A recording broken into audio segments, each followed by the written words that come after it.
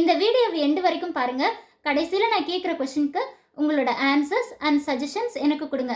இப்போ நம்ம Gemini, ChatGPT, Microsoft எல்லாமே யூஸ் பண்ணிட்டு இருக்கோம். அப்படி யூஸ் பண்ணும்போது ப்ராம்ப்ட் கொடுக்கணும் அப்படின்னு நமக்கு தெரியும். அந்த ப்ராம்ப்ட்லேயே ப்ராப்பரான கீவேர்ட்ஸ் யூஸ் பண்ணும்போது நமக்கு நல்ல ஆன்சர்ஸ், எதிர்பார்த்த ஆன்சர்ஸ் கிடைக்கும். First keyword act as.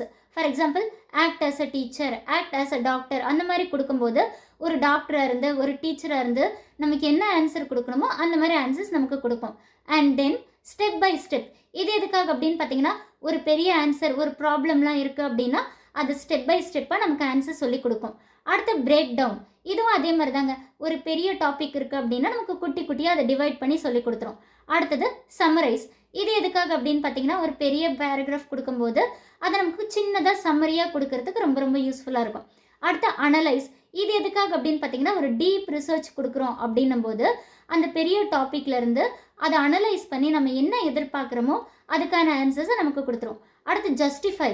ஒரு பெரிய ஆர்டிக்கல் கொடுத்துட்டு இது எனக்கு ஜஸ்டிஃபை பண்ணி கொடு அப்படின்னு கேட்கும்போது நமக்கு நல்ல ஆன்சர்ஸ் கிடச்சிரும்.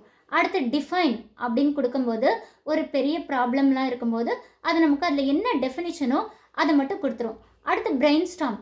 இது எதுக்காக அப்படின்னு பார்த்தீங்கன்னா, இந்த ரீசனிங்கெல்லாம் ரொம்ப ரொம்ப யூஸ்ஃபுல்லாக இருக்கும்.